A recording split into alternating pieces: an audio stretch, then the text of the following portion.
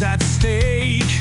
The Illuminate stride forth, wicked minds awake. When voteless mass and eyes ablaze, they burn a deep evil blue. But we still stand tall, united, with strategies anew. Fight, fight, brave hell divers, fight against the Illuminate's might. With sentries, bombs, and stratagems, we'll take them down one by one. Oh yeah! Evening's freedoms, cataclysmic crushers of Calamari. That was Against the Illuminate's Might, a tribute song that I wrote, processed by Shino AI, to one of the first songs that I ever heard about the Helldivers.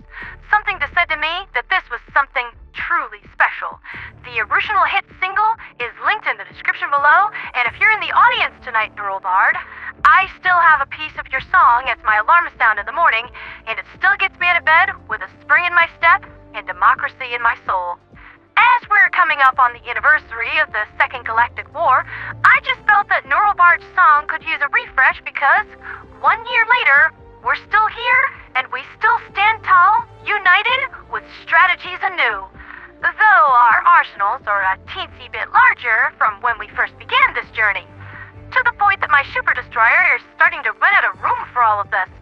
I really am gonna have to contract Venture Company for some ship upgrades, seeing as how we haven't gotten any new modules since last July. My ammunition storage woes aside, the evening news. And the top news of the hour is that Operation Cataclysm has had a profound effect on the southern frontier.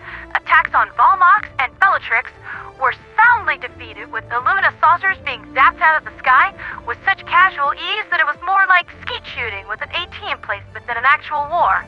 The attack on Gemma looks to follow the same pattern, meaning that the Order has not managed to extract a single drop of dark energy today. Get good, Squidward.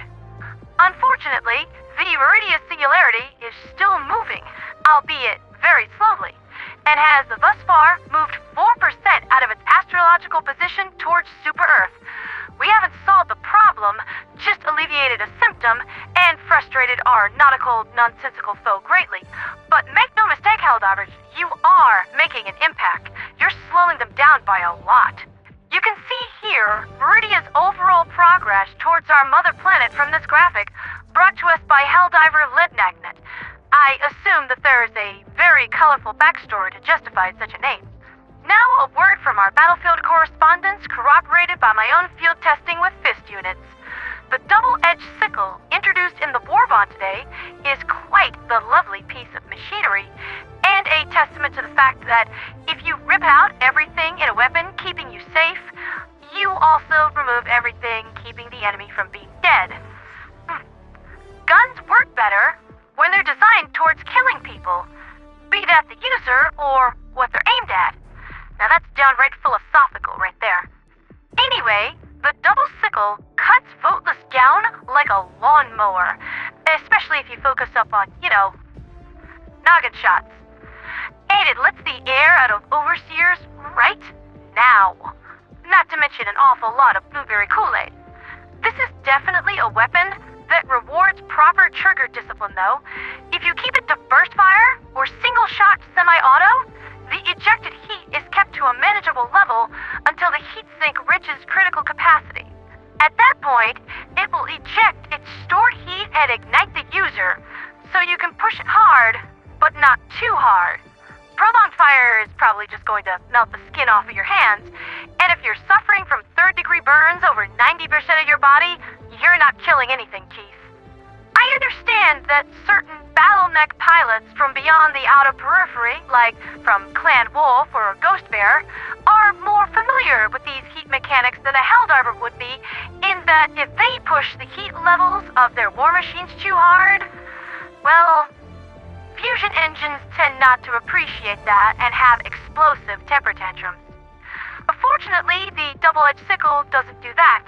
It doesn't go boom, it just sets you on fire. At least, as far as we know, we're in kind of uncharted territory here. The ultimatum pistol is, understandably, a A very popular choice for helldivers in the field, and could be considered a favorite of this war bond. It often comes coupled with a supply backpack to compensate for its grievous ammunition woes.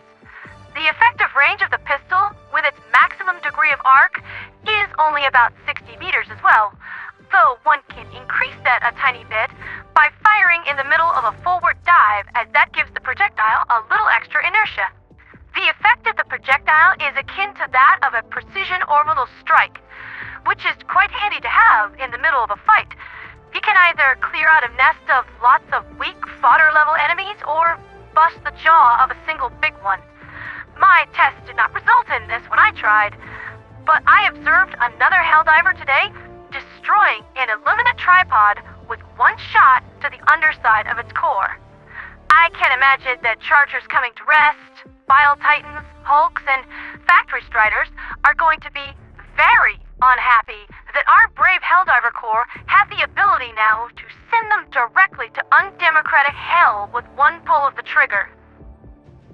Rounding out the evening news for tonight, SEAF forces are 94% withdrawn from Court Bay, with only a few small chores left to do before they leave. You know, just stuff to make life easier on the robot maid crew coming in on Monday to do the cleaning. Scrubbing of sensitive data, wiring facilities that can't be fully dismantled with nuclear booby traps, implanting viruses in certain terminals deliberately left exposed. Oh, and a fruit basket left on the commanding officer's desk for the boss. Though there is a hell bomb set on a proximity trigger under said desk. Yeah, I'm sure the bots will appreciate our housewarming gifts, even if said gifts do increase the local temperature by several 100,000 degrees. We just care like that, you know? We're downright neighborly. At any rate, our troops should be well out of system by the time any curious automaton forces arrive. A simply splendid end to a successful operation. I'm sure that Colin Koff is looking down on us from democratic heaven, proud of what we accomplished.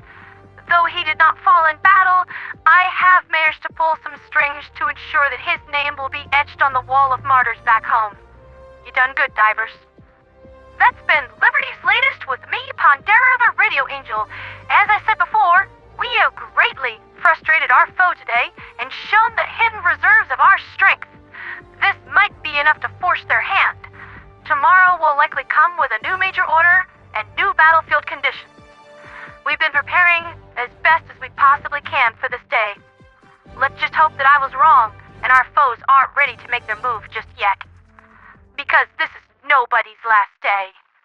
For liberty, for freedom, for democracy, and for Super Earth.